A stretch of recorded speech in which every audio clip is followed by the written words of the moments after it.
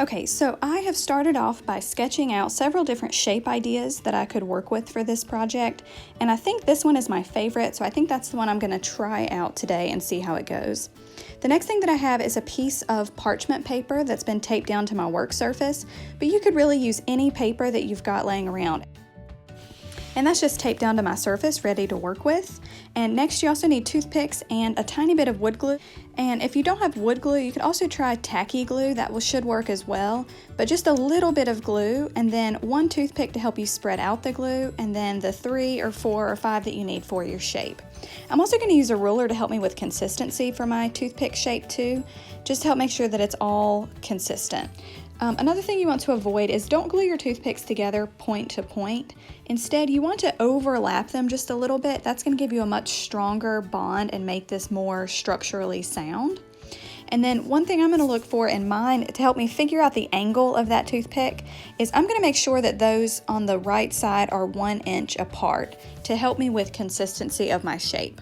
Just because I want everything to have really nice craftsmanship and be overall consistent.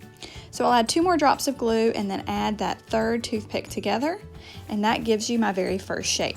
Now that that's finished, I'm going to very carefully slide that up to the top of my paper so that way it can dry undisturbed.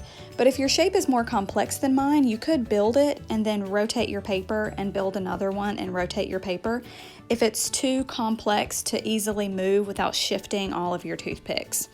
The next thing I want to point out is that please make sure that when you're applying your glue, only add the tiniest drops of glue. If you add too much glue and it runs down the side of the toothpick, what's going to end up happening is you'll end up accidentally gluing your shape to your paper. And then when you go to peel that up later, once it's dry, you end up pulling off and tearing part of the paper with your shape, and that really ends up affecting your overall craftsmanship. So what I'd like for you to do today is, once you've decided on your shape and you've experimented with how to build it and how to put it together, sometimes it takes a couple of tries to figure out what works well, but then I want you to build between 12 to 15 of those shapes today.